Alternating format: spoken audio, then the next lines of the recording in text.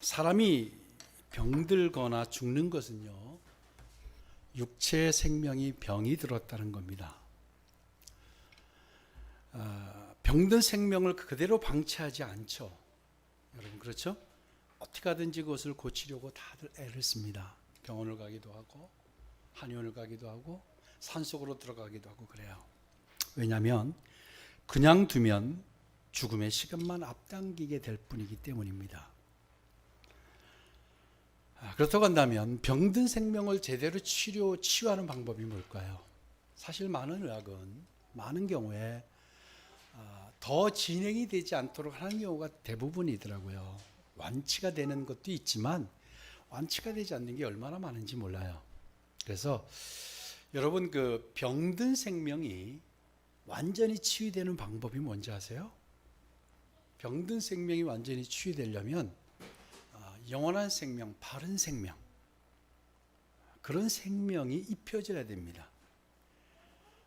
영원한 생명, 바른 생명으로만 바로 병든 생명을 치유할 수 있다는 겁니다. 어제 지방에서 목회하는 우리 선배님과 통화를 하게 됐어요. 그런데 아주 고민과 걱정이 많으셨어요. 왜냐하면 어머니가 암으로 이제 1년을 채 못 사실 거로 알고, 그런데 매주일 가서 뵈는데 하루하루 뵐 때마다, 한 주 한 주 뵐 때마다 계속 달라진대요. 계속 몸이 달라지고 얼굴이 달라지고 붓기가 달라지고. 그래서 참 고민이다, 마음이 아프다, 이런 얘기를 하셨어요. 여러분, 이렇게 육적인 생명에 문제가 생길 때, 병이 들었을 때 우리가 당황하고 또 고통스러워하고 염려하게 됩니다. 여러분, 그런데 여러분의 영적인 생명이, 여러분의 영이 아파하고 영이 힘들어하고 영이 죽어갈 때 여러분 이렇게 당황하고 고통스러워 하시는지 모르겠어요. 어떠세요? 똑같으세요? 여러분 영이 병들어가고 있다면 여러분 어떻게 해야 될까요? 여러분이 인간의 육신의 생명은 길어야 80년, 90년, 100년입니다. 그렇죠? 그런데 우리 영의 생명은 영원한 거예요. 고통 가운데 살 수 없잖아요. 그렇다고 한다면 여러분의 영이 건강하도록 정말로 힘쓰고 애써야 합니다. 근데 우리의 육신의 질병을 고치는 것만큼 우리의 영을 위해서 우리가 얼마나 애쓰고 힘쓰는지 모르겠습니다. 여러분의 영이 건강해지기를 주 이름으로 축복합니다. 우리는 모두 죄로부터 구원을 반드시 받아야 합니다. 아멘. 우리는 구원을 받았고 구원을 이루어가고 있고 이제 구원을 완성할 겁니다. 아멘. 우리는 이 죄로부터 구원을 받아야 되는데, 여러분, 이 죄로부터의 구원은 사망으로부터의 구원이라고 할 수 있어요. 왜냐하면 죄의 삭은 뭐라고 했죠? 사망이요. 그렇기 때문에 바로 죄로부터 구원받는 것은 사망에서 구원을 받는다는 겁니다. 여러분, 사망에서 구원을 받아야 한다는 사실을 너무나도 깊이 몸소 깨달았기 때문에 베드로가 그가 계속해서 이제 사도로서 구원받는 것에 대해서, 바로 생명을 회복하는 것, 이게 바로 베드로가 계속해서 설교했던 설교의 핵심이 바로 이거예요. 구원받는 것, 그리고 생명을 회복하는 것. 왜? 그가 그 의미를 알았어요. 그 의미를 알았기 때문에 그의 설교의 내용이 그거였던 겁니다. 바로 그래서 베드로의 설교의 중심에는 생명이 있었어요. 오늘 본문 우리 12절에 결론적인 말씀이 뭐냐면 다른 이로서는 구원을 받을 수 없다라고 강조한 것, 이게 바로 구원을 받아야 한다, 생명을 회복해야 한다라는 그 말씀에서 나온 겁니다. 근데 유대 지도자들은 달랐어요. 유대 지도자들은 다른 것으로 구원을 받을 수 있다고 생각했어요. 그래서 바로 베드로가 그 유대 지도자들에게 다른 예로서는 구원을 받을 수 없다라고 말한 겁니다. 여러분, 당시의 유대 지도자들은 구원이 자신들의 전유물이라고 생각을 했어요.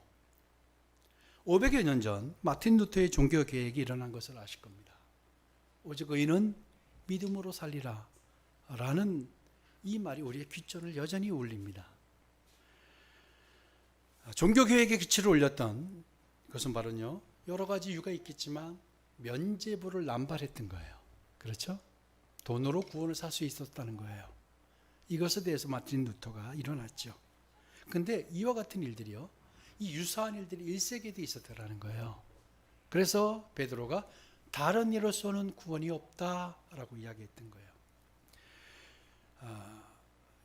우리가 계속해서 이어가고 있는 내용인데, 여러분, 성전 미문에 앉아 있었던 40년 동안 걷지 못했던 이 장애인이 걷게 된 사건은 굉장히 중요한 사건이라고 했어요. 단순히 그가 일어남으로써 복음이 증거되고 하는 사건의 정도가 아니에요. 그래서 우리가 다시 보고 있는 거예요. 이 사건이 왜 일어났는가? 40년 동안 걷지 못했던 이 장애인이 왜 일어났는가? 이 40년 동안 걷지 못했던 장애인이 일어남으로 어떤 일이 일어났어요? 솔로몬 행각으로 수천 명의 사람들이 모이게 됐죠. 그래서 베드로가 거기서 설교를 하게 됐어요. 이게 우연히 일어난 것이 아니라는 거예요. 그리고 베드로가 설교하는 중에 유대의 유력자들이, 유대의 지도자 그룹이 느닷없이 달려들어서 설교하는 중에 그들을 끌어냈어요. 이 얘기가 지난주였어요. 그렇죠? 끌어냈어요. 누구였어요? 그게 제사장과 성전 맡은 자와 사두개인들이라고 그랬어요. 사실은 유대 사회를 장악하고 있던 사람들이 바로 사두개인이었어요. 제사장도 사두개인이었고 성전 맡은 자도 사두개인이었다라는 말씀을 들었어요. 그래서 베드로가 요한이 솔로몬 행각에서 예수 그리스도의 복음과 부활에 대해 설교하고 있을 때 이들이 들이닥친 거예요. 이들이 왜 들이닥쳤을까요? 얼마 전 자신들이 벌인 예수 처형 사건 때문이에요. 예수 처형 사건이 순전히 날조였고 거짓 증거로 행해졌다는 사실이 드러날까 두려웠던 겁니다. 그리고 자신들이 그렇게 죽인 예수가 살아났다는 거예요. 예수가 살아나서 그 예수의 이름으로 안진뱅이가 일어났다고 하는 사건은 그들이 장악하고 있던 유대 사회가 완전히 바뀌는 시점이었던 거예요. 엄청난 위협이었어요. 그들에게는. 그들이 절대 결코 묵과할 수 없었던 일이었더라는 겁니다. 자, 두 사도를 감옥에 가두고 이튿날이 되었다는 게 오늘의 이야기예요. 그렇게 사도를 가두고 이튿날이 되었어요. 바로 유대 지도층 집단의 존폐가 달린 일이었어요. 그래서 엄청난 사건이 벌어진 양, 그 다음날 이튿날 유대의 유력자들이 다 모여듭니다. 대제사장 안나스와 가야바. 여러분, 대제사장 안나스와 가야바가 그 당시 가장 실세가 누구였어요? 안나스였다고 그랬잖아요. 대제사장. 가야바는 그 사위였고 명목상 앉혀 있는 거고, 로마 정부가 제사장을 물러나라고 했기 때문에 사위를 앉혀놓은 거, 이제 그게 가야바잖아요. 안나스와 가야바가 뜰 정도면 사태가 심각한 거예요. 다 몰려들었어요. 그 집단이 뭐였냐면 여러분이 알고 있는 산헤드린 공회예요. 지금 우리 국회와 같은 거예요. 이들이 그 이튿날 아침에 다 몰려드는 거예요. 그리고 그들 앞에 두 사도를 세웠습니다. 정말 험악한 분위기로 맹공을 퍼붓기 시작했는데요. 여러분, 산헤드린의 말은 이거였어요. 대체 무슨 권세와 누구의 이름으로 걷지 못한 장애인을 일으켰고 예수 그리스도의 부활을 가르치냐라는 거였어요. 여러분, 이들의 말을 잘 들어보면 40년 동안 걷지 못하던 장애인이 일어나 걸었다는 사실이 이게 예사로운 일이 아니었다라는 것을 알게 된 거예요. 근데 왜? 그가 일어났던 게 무엇으로 일어났어요? 그들이 죽인 예수가 부활해서 그 예수님의 능력으로 일어났다고 하는 사실은 완전히 그들이 뒤집히는 일이었어요. 심각한 일이었던 거예요. 서슬퍼런 사내들인 앞에서 서 있으면 누구도 없는 죄도 고백할 수밖에, 인정할 수밖에 없는 상황이에요. 자, 그런 상황에 위축되고 그리고 공포스럽고 두려워할 수 있는 상황에 베드로가요, 조금도 두려워하지 않아요. 그리고 조금도 위축되지 않아요. 그리고 오히려 큰 소리로 반박합니다. 저는 여러분이 이렇게 되길 축복합니다. 세상이 우리를 유혹하고 미혹하고 우리를 넘어뜨리려고 하고, 세상 권세가, 공중의 권세 잡은 자가 우리를 위험에 빠뜨리고 공포와 두려움으로 몰아갈 때 여러분 조금 더 위축되거나 두려워하지 않고 오히려 큰 소리로 반박하는 여러분 되시기를 축복합니다. 뭐라고 했어요? 너희가 십자가에 못 박고 하나님이 죽은 자 가운데 다시 살리신 나사렛 예수 그리스도의 이름으로 이 모든 일이 일어났다. 이 말은 여러분 엄청난 의미가 있는 이야기였어요. 그들 앞에서 너희들이 지금 서슬퍼런 권력 앞에 서가지고 너희들이 잡아 죽인 예수를 하나님이 다시 살리셨고 그 다시 살려 나사렛 예수 그리스도의 이름으로 이 모든 일이 일어났다라고 하는 것은 정말 청천벽력 같은 이야기였다라는 거예요. 그래서 여러분 이 장애인이 일어났던 사건은 결코 그 사건만으로 여러분 보시면 안 돼요. 그 사건을 통해서 복음이 증거되고 이런 정도가 아니었어요. 굉장히 중요한 사건이었다고 제가 계속해서 말씀을 드립니다. 자, 그러면서 중요한 이야기를 한 거 오늘의 본문에 바로 결론에 해당하는 이야기예요. 11절을 볼까요? 12절을 보겠습니다. 자, 같이 읽습니다. 시작. 다른 이로서는 구원을 받을 수 없나니 천하 사람 중에 구원을 받을 만한 다른 이름을 우리에게 주신 일이 없음이라 하였더라. 아멘. 여러분 지금 베드로가 그 산헤드린 공회 앞에서 천하에 다른 이름을 우리에게 주신 일이 없다라고 말한 건 무슨 얘기일까요? 그들이 다르게 구원을 받으려고 했던 거예요. 다른 구원이 있었다고 얘기했던 거예요. 아니라는 거예요. 너희들이 말하는 구원이 그거 아니라는 거예요. 이건 자신의 목숨을 내놓고 한 이야기예요. 자, 산헤드린 공회가 물었어요. 그 집단이 뭐라 도대체 무슨 권세로 이런 일을 하느냐? 그랬더니 베드로가 이런 결론을 내린 거예요. 여러분 이 말 속에는 오늘 이 말씀 안에는요 굉장히 중요한 의미가 담겨 있습니다. 우리가 그냥 지나칠 수 없는 아주 중요한 의미가 담겨 있는데요. 먼저 7절부터 다시 한번 보도록 하겠습니다. 7절부터 우리 한번 읽겠습니다. 7절 시작.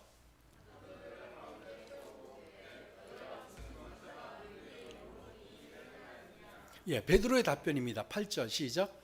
이에 베드로가 성령이 충만하여 이르되 백성의 관리들과 장로들아 9절 만일 병자에게 행한 착한 일에 대하여 이 사람이 어떻게 구원을 받았느냐 오늘 우리에게 질문한다면 10절 너희와 모든 이스라엘 백성들은 알라 너희가 십자가에 못 박고 하나님이 죽은 자 가운데 살리신 나사렛 예수 그리스도의 이름으로 이 사람이 건강하게 되어 너희 앞에 섰느니라. 아멘. 여러분 베드로가요 병자인 장애인에게 일어난 일, 즉 일어서고 걷고 뛰고 된 일을 이렇게 표현한 거예요. 뭐냐면 구원을 받았다라고 했어요. 오늘 보니까요 우리 9절 볼까요?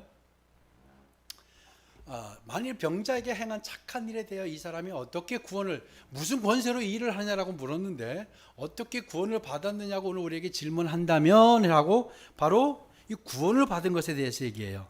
40년 된 장애인이 일어나 걷게 된 것을 베드로는 구원을 받은 것으로 보았어요. 그가 구원을 받은 것이다. 그러니까 베드로는 장애인이 일어난 것이 단순히 병고침을 받은 것이라 하지 않고요. 구원받은 것으로 설명했다는 거예요. 이게 뭘 의미할까요? 병고침을 받은 건데 왜 구원받았다고 이야기했을까요? 그리고 왜 이렇게 설명을 했을까요? 지난주에도 말씀을 드렸지만 이 사건은 결코 장애인이 일어난 사건은 우연이 아니라고 말씀드려요. 그건 하나님의 큰 그림이에요. 우리는 그냥 예수의 이름으로 내가 아무것도 없지만 내 능력이 없지만 나사렛 예수 그리스도 이름으로 일어나 걸어라고 했던 베드로의 믿음, 베드로의 능력해서 그 믿음으로 그에 일어났다 이렇게만 우리가 봐왔어요. 그렇지 않은 거예요. 하나님이 이 사건을 일으키기 위해서 하나님의 큰 그림이 있었어요. 바로 오늘 산헤드린 앞에 서게 하려는 그리고 우선은 첫째는 솔로몬 행각에 모여서 수만 아마 10,000명 이상의 사람들이요. 그때 믿은 사람이 몇 명이라고요? 남자의 수가 5,000이라고 그랬어요. 수많은 이스라엘 유대 백성에게 복음을 전하게 하시려는 하나님의 계획이었고요. 그래서 더 중요한 이 사두개인들 산헤드린 공회 앞에서 복음을 전하고 이 구원에 관한 문제를 얘기하려고 하셨던 거예요. 그러니까 병자를 살리신 일은 기적을 베풀어서 기적으로 복음을 좀 더 원활하게 효과적으로 전화교회사가 일으키신 사건이 아니고 구원을 이야기하려고 하셨던 거예요. 굉장히 중요한 사건이었다라는 겁니다. 베드로가요, 병자인 장애인이 장애의 상태로부터 그의 육체가 치유된 사건을 구원받은 것으로 설명했다고 했는데, 그러니까 베드로는 이것을 구원받은 것으로 해석한 거예요. 그러니까 이 해석은 대단히 중요하다고 했죠. 그렇다고 병이 든 사람은 모두 구원을 받지 못했다라는 건 의미는 아닙니다. 그래서 병이 든 사람이 병이 난 것이 다 구원받았다 이런 의미는 아니에요. 근데 이 사건은 특별한 사건이에요. 왜냐하면 베드로가 말하려고 했던 것은 장애인의, 자, 베드로가 그에게 뭐라고 명령을 했죠? 뭐라고 했죠? 내게 은과 금은 없거니와 내게 있는 것은 내게 주노니 뭐라고 그랬어요? 나사렛 예수 그리스도의 이름으로 명하노니. 나사렛 예수 그리스도의 이름으로. 그러니까 바로 이 장애인이 걷게 된 사건은 구원이 임했다라는 거예요. 그에게 구원이 임했다. 그러니까 다시 얘기하면 구원으로 말미암았다라는 이야기예요. 여러분 잘 들으시죠. 어려울 수 있어요. 구원, 왜? 예수님께서 그 장애인을 일으키신 거잖아요. 베드로 요한의 손을 빌려서 일으키셨는데 예수님의 어떤 능력이에요? 부활하신 능력이었어요. 예수님 그 능력이 어떤 능력이냐면 부활하신 능력, 새로운 생명을 얻은 능력, 새로운 생명을 얻은 능력, 부활하신 능력. 그러니까 그 장애인이 일어나게 된 것은 예수님의 바로 그 새로운 생명, 부활하신 생명으로 말미암았다라는 거예요. 그걸로 인해서 일어났기 때문에 구원으로 말미암은 일이었다라는 거예요. 그러니까 병이 나올 수 있었던 것은 새로운 생명이 즉 구원으로 말미암아 구원의 생명이 기인해서 이 환자가 일어났다는 거예요. 여러분 생각해 봅시다. 40년 된 걷지 못하던 장애인이 일어날 일이 의학적으로 가능합니까? 불가능합니까? 예? 불가능한 일이에요. 이건 불가능한 일이에요. 어떤 방법을 동원한다고 해도 그 시도 자체가 어리석은 일이에요. 그렇죠? 왜냐하면 40년 동안 단순히 근육만 굳어 있는 게 아니라 신경 자체가 죽은 거예요. 그러니까 현대 의학으로서는 일어날 수 없어요. 근데 그래서 그런 사람이 고침받은 것은 새로운 생명이 아니고서는, 바른 생명이 아니고서는 설명이 안 된다는 거예요. 이 얘기를 하려고 했던 거예요. 하나님께서 새로운 생명이 아니면 이가 일어날 수 없는 거예요. 그러니까 이 사건은 구원과 같은 방법이 아니고서는 일어날 수 없다는 의미였는 거예요. 그래서 예수님의 새로운 생명으로부터 시작이 된 거라는 거예요. 그래서 이가 구원을 받았다라고 말을 했던 거예요. 그러니까 유대인들이 십자가에 못 박아 죽인 예수 그리스도를 하나님께서 죽은 자 가운데 살리신 새로운 생명을 주신 일이잖아요. 죽었는데 살리시니까 새로운 생명을 주신 일이잖아요. 여러분 우리가 구원을 새로운 생명으로 얻는 걸 구원이라고 그래요. 그렇죠? 그 새로운 생명으로부터 이 장애인이 일어나게 된 거예요. 그래서 구원으로부터 시작이 되었다라는 거예요. 그러니까 예수님의 부활만큼이나, 그러니까 이 사건이 예수님의 부활만큼이나 불가능한 일이 일어난 것, 이것은 구원의 생명이 임했기 때문이다. 그래서 베드로가 구원받은 것이라고 이야기했던 거예요. 일어날 수 없었던 일이었다는 거예요. 그러니까 다시 이야기하면 부활에 견줄 만한 일이 이럴 때만이 가능할 수 있는 일이 바로 새로운 생명, 이것 때문에 일어났다는 거예요. 그래서 다른 이로서는 다른 이로서는 구원을 받을 수 없다라는 사실을 설명하기 위해서 하나님께서 이 장인을 일으키셨고 솔로몬 행각으로 이끄셨고 잡히게 하셔서 이 사두개인들 앞에 서게 하셔서 이 이야기를 풀어내려고 하나님의 큰 그림을 그리셨던 거예요. 아멘. 그렇다고 한다면 40년 된 장애인을 일으키신 것은 바로 그렇게 다른 이로서는 불가능한 구원을 설명하기 위한 하나님의 계획을 이제 알게 됩니다. 하나님께서 이 일을 행하신 것이 바로 11절 12절이에요. 다시 한번 우리 11절 12절을 봅시다. 시작. 이 예수는 너희 건축자들의 버린 돌로서 집 모퉁이의 머릿돌이 되었느니라. 다른 이로서는 구원을 받을 수 없나니 천하 사람 중에 구원을 받을 만한 다른 이름을 우리에게 주신 일이 없음이라 하였더라. 아멘. 다시 11절이요. 예수는 베드로가 예수님에 대해 이제 비유하기를 뭐라고 했냐면 건축자들이 버린 돌이라고 했어요. 이야기는 유대인들이 예수님을 배척해서 고통스럽게 하찮게 여겨서 버린 거예요. 그 십자가 못 박아 죽인 거예요. 여러분, 건축자들이 일을 하다가 쓸모없다고 생각되는 일을 그냥 과감없이 버려버리잖아요. 예수님이 그렇게 버려진 거예요. 미련 없이 주저 없이 아무렇게나 버렸어요. 그런데 하나님께서 그들이 버린 돌 같은 예수님을 집 모퉁이의 머릿돌이 되게 하셨다. 그러니까 모퉁이 돌이 되게 하셨다라는 거. 이게 무슨 말이냐면, 여러분 모퉁이 돌이 뭔지 아세요? 우리 건축을 하시는 우리 나지선 모퉁이 돌이 뭔지 아시죠? 모퉁이 돌이 뭐냐면, 지금은 현대 건축이 많이 바뀌었지만 당시만 해도 이 벽과 저 벽을 이렇게 코너에서 이 벽과 저 벽을 연결하기 위해서는 밑에 주춧돌, 머릿돌이 큰 게 있어야 돼요. 모퉁이 돌이 있어야 돼요. 그러면 모퉁이 돌에 이 벽과 저 벽을 이렇게 연결을 해서 이 집이 완성이 되고 집이 건강하게 안전하게 서 있는 거예요. 이게 바로 모퉁이 돌이에요. 그래야만 온전한 생명을 이룰 수가 있는 거예요. 그러니까 예수님이 모퉁이 돌이 되었다. 여러분 잘 기억하세요. 예수님이 모퉁이 돌이 되지 않으면 어떻게 돼요? 이 모퉁이 돌이 없으면 어떻게 해요? 이 집은 무너지는 거예요. 그렇죠? 집이 무너져요. 예수님이 모퉁이 돌이 되지 않으면 집이 안전하게 설 수 없는 거예요. 우리의 삶에 어려움이 생기고 아무리 비바람이 불어도 집이 안전하게 서 있으면 우리는 언제나 재기할 수도 있고 언제나 우리는 안전을 누리게 돼요. 그것이 무엇 때문이라고요? 모퉁이 돌 때문이에요. 여러분, 예수님이 우리의 삶에 모퉁이 돌이 되지 않으면 우리 집이 완전하게 서 있지 못하다는 거예요. 예수님이 모퉁이 돌이 되셔야만 이 벽과 저 벽을 연결하고 안전하게 세워주는 거예요. 우리의 삶이 풍파가 있고 절망이 있을 수 있어요. 그런데 그래도 우리는 기초가 튼튼하기 때문에 우리는 언제나 안전한 거예요. 그게 예수님 때문인 거예요. 이 이야기를 설명하시는 거예요.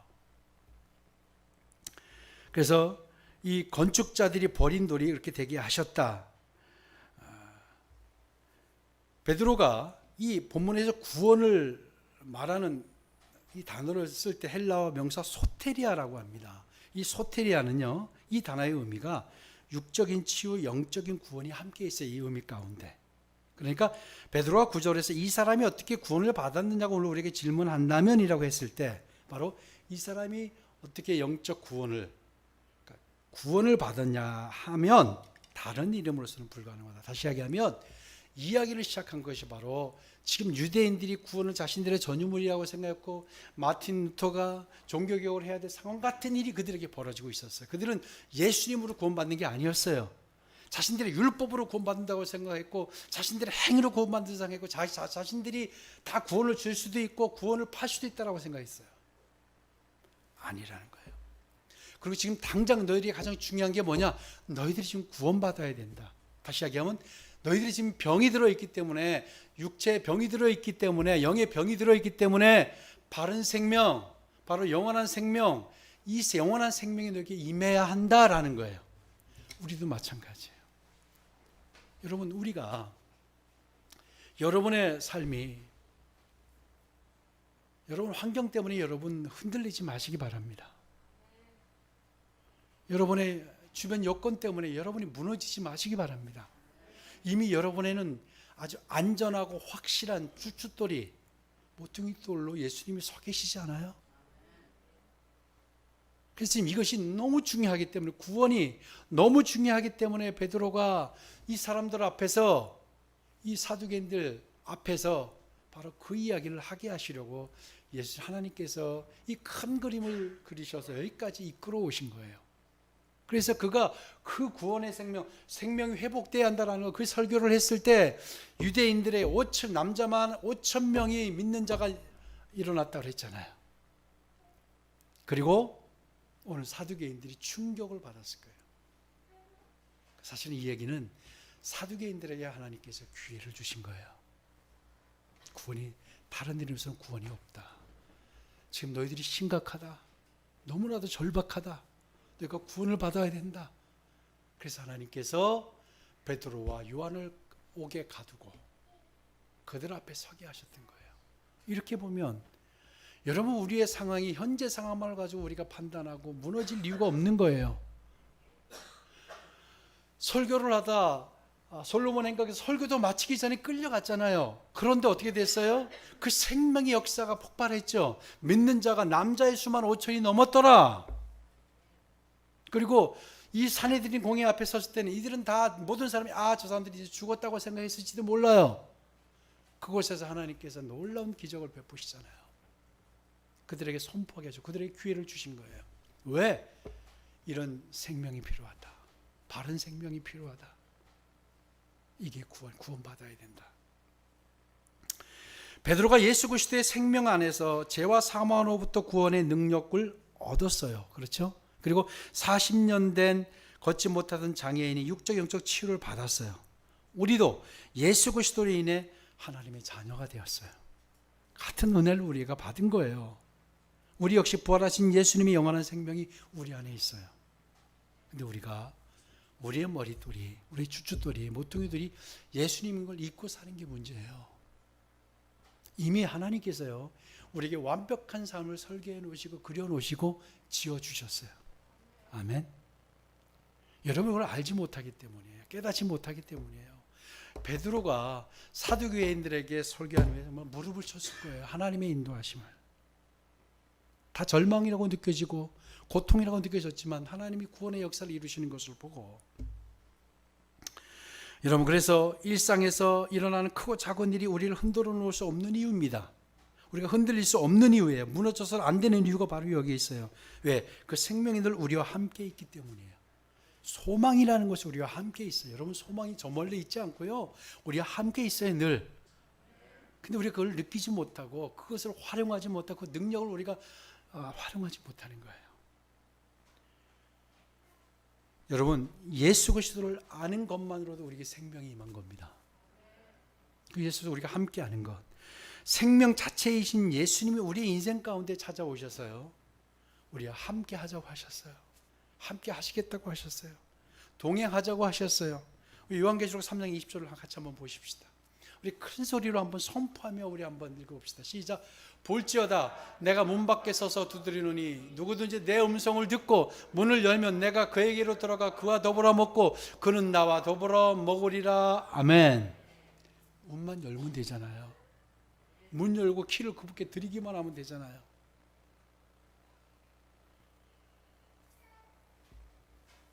우리 마태복음 28장 10절 하반절을 같이 한번 보겠습니다. 마태복음 28장 20절. 자, 볼지어다부터 시작. 볼지어다 내가 세상 끝날까지 너희와 항상 함께 있으리라 하시니라. 아멘. 약속하셨잖아요. 세상 끝날까지 항상 함께, 기초가 되신 그분이 항상 함께 계시겠다라는 거예요. 우리에게도 이미 이 영원한 생명, 새로운 생명이 우리에게 임했어요. 그럼 우리의 삶은 완벽한 거예요. 그러니까 여러분, 일상에서 일어나는 이런저런 크고 작은 일 때문에 여러분, 하나님이 우리의 삶을 인도하시는 걸 여러분이 그냥 그렇게 판단하지 마시기 바랍니다. 하나님은 놀라운 그림을, 큰 그림을 그리고 계신 거예요. 그래서 야고보서 1장 5절을 통해서 이렇게 말씀하셨어요. 같이 한번 읽습니다. 시작. 너희 중에 누구든지 지혜가 부족하거든 모든 사람에게 후히 주시고 꾸짖지 아니하시는 하나님께 구하라 그리하면 주시리라. 아멘. 어떻게 해요? 후히 주시고, 우리에게 구원을 주신 하나님께서 후히 주시고 꾸짖지 아니하시는 하나님께 구하라 그리하면 주시리라 말씀하셨어요. 여러분, 우리에게도 이 구원이 임했습니다. 그래서 그 예수님이 우리의 모퉁이 돌이 되셔서 완벽한 집을 지어 놓으셨어요. 그런 완벽한 집은 완벽히 안전한 거예요. 여러분의 삶은 안전해요. 내가 느끼지 못하는 거예요. 그러니까 여러분이 시선을 어디에 두냐예요. 내가 상황에서 흔들리는 것 때문에 내가 완벽하지 않다 생각하시면 안 돼요. 이미 여러분의 구원은 하나님께서 완벽하게 설계하시고 주셨고 완성해 가고 계세요. 집안에 들어가고 나갈 때 때로는 날씨가 더울 수도 있고 추울 수도 있고 그렇죠? 때로는 문지방에 걸릴 수도 있고 발을 쪄서 아플 수도 있어요.